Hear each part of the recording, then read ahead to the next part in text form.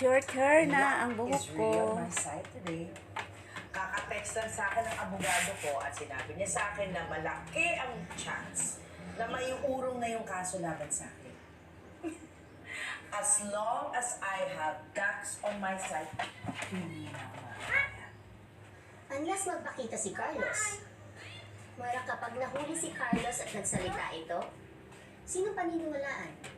Siya o si Dax? Puto lang buhok Moira, ko. alam naman natin na kay Carlos Hindi ang na masyado katotohanan. mataas. Nagkasundo na kami. Pinag-usapan na namin yan. Pero, hayaan niya ba talaga na ako'y ng kasalanan hindi naman siya ang gumawa? Moira, hindi naman tanga si Carlos. At kapag napatunayan sa korte na totoo ang mga sinasabi nito, good luck sa'yo. Balik kulungan ka. May bonus ka pang additional cases.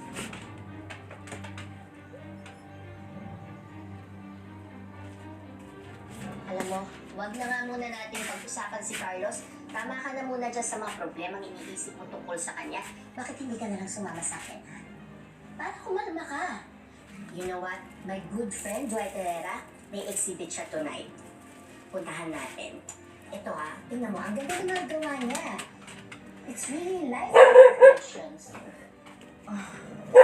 Please, you know I'm not into that kind of thing.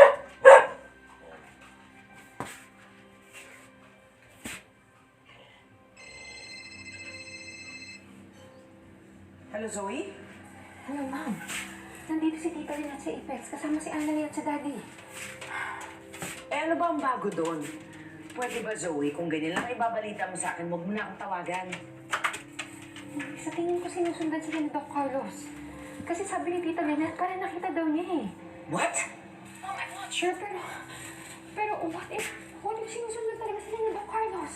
Zoe, just calm down. Tawagan mo na lang ako kung sakaling makita mo ngayon daddy mo, ha? Okay.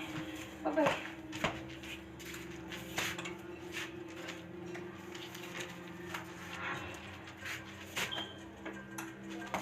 Mukhang sinusundan talaga ni Carlos si Lynette. Oh my gosh. Tama nga ang hinala ko. Eh, sigurado naman ako na mas matimbang kay Carlos si Zoe. Sa anak niya, si Zoe, ang anak na hindi naman niya nakasama ng ilang taon? I doubt that, Moira. Mas matimbang ang pagmamahal ni Carlos kay Lynette. At alam na rin ni Carlos na anak na kayo ni RJ. Kaya anytime, posibleng magkabalikan ng dalawa. At hindi pa kayag si Carlos doon. Hindi kaya sinusundan ni Carlos si Lynette para sabihin yung totoo? Kahit totoo man yan o hinala, hindi ako papayag ng palapit si Carlos kay Lynette at lalong-lalo na kay Robert. Eh baka malaman pa niya yung totoo. Kung ano na pinaplano ni Carlos, kailangan kong tuntukan.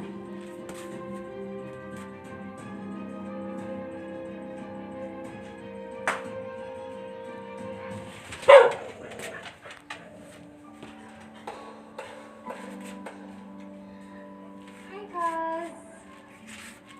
Pwede ba, Zoe, wag mo akong umpisahan? Oo, ano ka ba? Chill ka lang. Alam mo, dapat na hindi mo ako kinakontra eh. Kasi utang mo sa akin kung bakit ka nandito sa Apex. I don't have time with your nonsense bloggers. Kaya tumigil ka na.